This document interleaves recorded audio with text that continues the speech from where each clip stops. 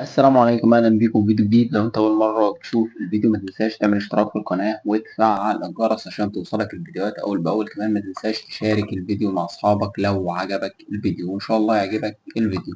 فيديو النهارده هو استعراض لمشكله الفونتات في ملف الاوتوكاد. طبعا لو جيت تفتح اي فايل كاد بتبقى الدنيا ملخبطه فيه شويه، بتلقى كتابات غريبة معاك بالشكل ده. طبعا كل اللي انت محتاجه انك تضيف خطوط عربي للكاد علشان تسمع معاك باللغة العربية. تمام. فأنا إن شاء الله هستعرض حل المشكلة دي قدامك بعد ما شفنا المشكلة. خليك معايا. مبدئيا عشان حضرتك تحط الحل للبرنامج ده لازم يكون عندك الفايل ده اللي هو ملف الفونتات. طبعا ملف الفونتات هنبدأ إن احنا نفك الضغط من عليه بالشكل اللي حضرتك شايفه ده. نبدأ نفك الضغط من عليه. لو ما فكتش الضغط عادي ممكن تدخل على الملف بكل سهولة كده. دبل كليك هيفتح معاك الملف من غير أي مشاكل. تمام. بعد كده هتفتح برضو اللوجو ده، هتبدأ إن حضرتك تعمل كنترول A وبعد كده كنترول C عشان تنسخ الكلام ده كله. تمام. بتيجي على برنامج الأوتوكاد أيا كان الإصدار بقى عند حضرتك، وتيجي تعمل كليك يمين على اللوجو بتاعه على الديسكتوب وتختار حاجة اسمها Open File Location زي ما حضرتك شايف كده.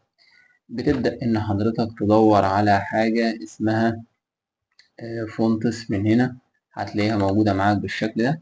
بتبدأ إن حضرتك تعمل كنترول في زي ما حضرتك شايف كده. بيبدأ طبعا يضيف معاك الفونتات. هي طبعا مساحتها بتبقى كبيرة شوية، فأنت هتعمل ريبليس يعني، لأن بيبقى فيه فونتات موجودة وفونتات مش موجودة، فهتعمل ريبليس للفونتات الموجودة اللي هي الحالية يعني.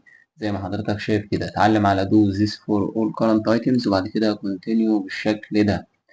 طبعا بيحمل معاك اهو وبيستبدل. انا طبعا زي ما انت شايف انا فاتح ملف الكاد. تمام. فانا متوقع ان المشكله ما تتحلش. فالمشكله هتحل امتى؟ لو انا قفلت الكاد وفتحته تاني. فابدا ان انا اقفل الكاد زي ما حضرتك شايف كده، وهبدا ان انا افتح الكاد تاني زي ما انت شايف بالشكل ده. تمام. بدات ان انا افتح الكاد اهو. طبعا بس الكاد ده عشان باخد وقت شويه فما تقلقش يعني.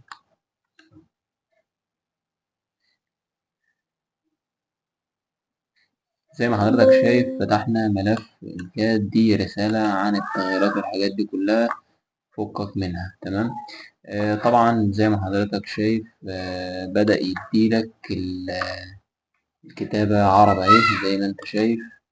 مفيش أي اختلاف على حل المشكلة. تمام. ده كان فيديو بسيط كده حبيت إن أنا أشاركه معاك. أتمنى يكون عجبك الفيديو، وحابب أوصيك بالاشتراك في القناة وتفعيل الجرس عشان توصلك الفيديوهات أول بأول. شكرا ليك على المشاهدة.